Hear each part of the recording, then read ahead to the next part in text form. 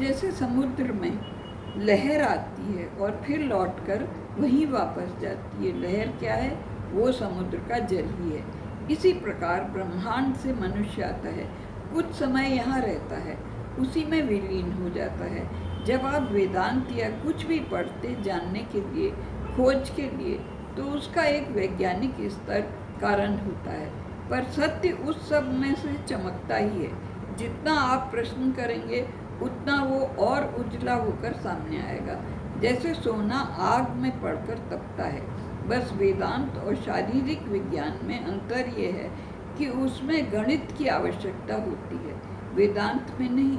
जिसे आप माप या भार कहते हैं, उसका कोई स्थान नहीं। ये तो पवित्र जीवन का उच्चतम स्तर है। कितने ऊंचे स्तर पर जीवन व्यतीत हो रहा है। जीवन में हिसाब किताब समाप्त हो जाता है, केवल जीवन स्तर की श्रेष्ठता रह जाती है। गीता शरीर विज्ञान को मित्र समान रखकर आगे बढ़ती है। सनातन धर्म की ये महानता जो वेदांत की इस दर्शन विधा पर टिकी है, आज नहीं तो आगे आने वाले समय में बहुत सराही जाएगी। सारा विश्व इसे मानेगा।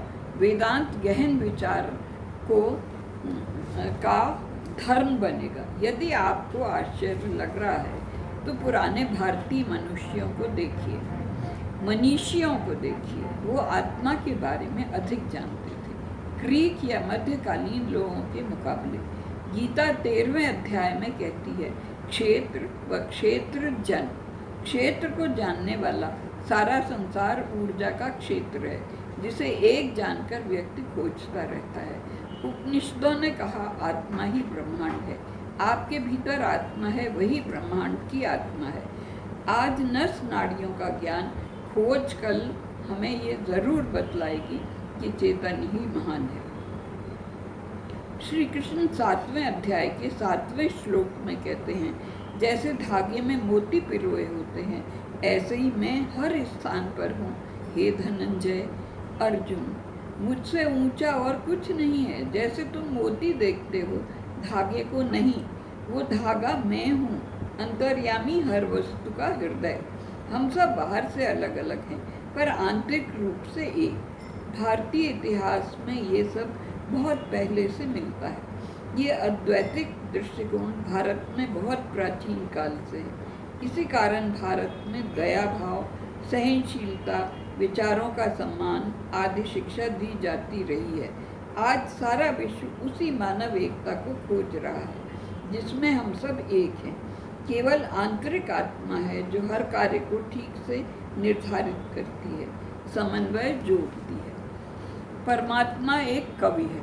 जैसे कवि कभी गहरे में जाता है, कभी आकाश में जाता है, गांभीर्य से दूर दृष्टि से सोचता है, ऐसे ही ईश्वर दूर दृष्टि का स्वामी है। जो विचार कभी पुराना नहीं होता, वो सदैव ताजगी से भरा होता है। सत्य सदैव विश्वव्यापी है। महात्माओं, वेदवक्ताओं ने ज्ञान के भंडार को खोजा, सत्य को पहचाना, और आज भी वो आधुनिक है। 4-5 हजार वर्ष बाद भी हमने उसे सनातन धर्म का नाम दिया। श्री कृष्ण इसे विभूति योग कहते हैं, भगवान की शक्ति। श्री कृष्ण कहते हैं, मैं जल में रस हूँ, स्वाद हूँ, भक्ति के मार्ग में आनंद हूँ। मैं चंद्रमा में, सूर्य में विराजमान हूँ, सब वेदों में ओंकार हूँ, मानवों में देवत्व की शक्ति हूँ। मैं पृथ्वी में सुगंध हूँ, सब जीवों में जीवंत मैं ही हूँ, अग्नि में तेज हूँ। जो तपस्या का प्रयास कर रहे हैं, मैं ही नियम संयम हूँ।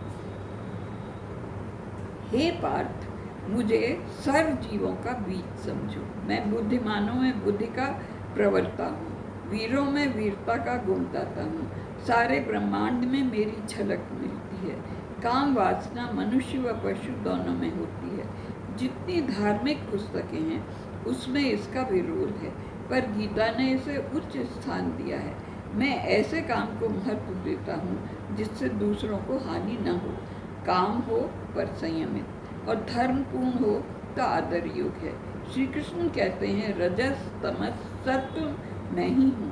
ये सब मुझ में से ही उत्पन्न होता है। जैसे जब हम सोते व जम्हाई लेते हैं तो हमारे अंदर बहुत सा तमस होता है। हम इसका विरोध नहीं करते, ये हमारे जीवन का ही भाग है। ये मुझ में से ही आते हैं, पर मैं इसमें नहीं होता। वो मुझसे होते हैं, मैं उनमें नहीं होता। ईश्वर स्वतंत्र होता है, उसे किसी वस्तु में बांधकर नहीं रखा जा सकता। ये धरती और आकाश जैसे किसी पात्र में बांधकर नहीं रखा जा सकता, ऐसे ही ईश्वर स्वतंत्र व सर्वव्यापी है। ये सारा ब्रह्मांड 3 गुणों से रचित है, सत्व, रजस तथा तमस। मैं स्वयं गुणों में विराजमान हूँ, अतः मानव समझ ही नहीं पाता, क्योंकि मुझे देख नहीं सकते। अब माया का वर्णन है। माया जीवन का सत्य तत्व है। वो 2 प्रकार की है, अविद्य माया और विद्य माया, ज्ञान की माया और अज्ञानी माया। अज्ञानी माया बुरी प्रवृत्तियों में आपको खींचती है। सब अपराध, बेईमानी उसी के कारण है। जैसे ही विद्य माया का प्रभाव बढ़ता है, आप दूसरों से नाता जोड़ते, उनका भला चाहते हैं, सत्यवादी बनते हैं, उच्च चरित्र स्थापित हो जाता है। मनुष्य को ही इसका ज्ञान है, जानवर कुछ नहीं समझता। मायावी जाल है, तनिक ऊपर उठिए और परमात्मा से मिलन होगा। आप किसी को मारते हैं, वो भी माया है। यदि बचाते हैं तो वो भी माया है। पर देवत्व से परिपूर्ण, ये आप पर निर्भर करता है क्या करना चाहते हैं।